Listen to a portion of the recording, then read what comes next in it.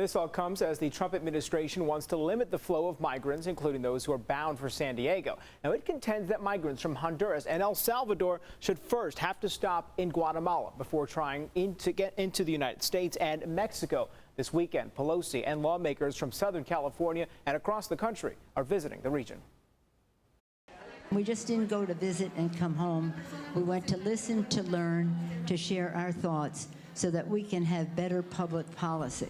A congressional delegation returned to the U.S. Sunday from Central America, touring the three countries whose citizens make up the bulk of asylum seekers. We're here to show our cooperation, to go forward, to keep people here. We heard today, die or leave. We want them to live and stay in their own country, contributing to the greatness of El Salvador. The Trump administration is working on a plan that could stem the number of migrants seeking asylum in border cities like San Diego. It would require them to first request asylum in Guatemala, although this delegation remains skeptical. My personal position is that Guatemala is in no way capable of being a third country. The tour concluded in McAllen, Texas, to talk about migrant holding facilities. It's often the poster child for overcrowding.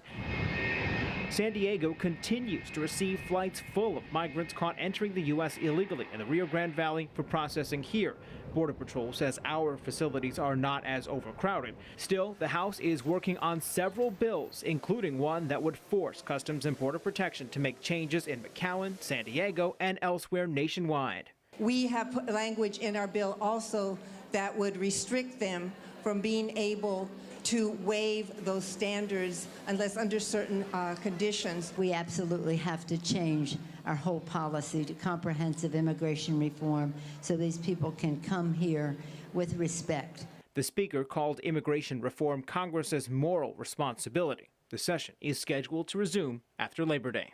There has been no question that the immigration issue has been used in a way that is beneath the dignity of our country and denies the recognition that we are a nation of immigrants. The leaders also discussed improving economic conditions and safety in Central America with the goal of eliminating the need to seek asylum in the first place.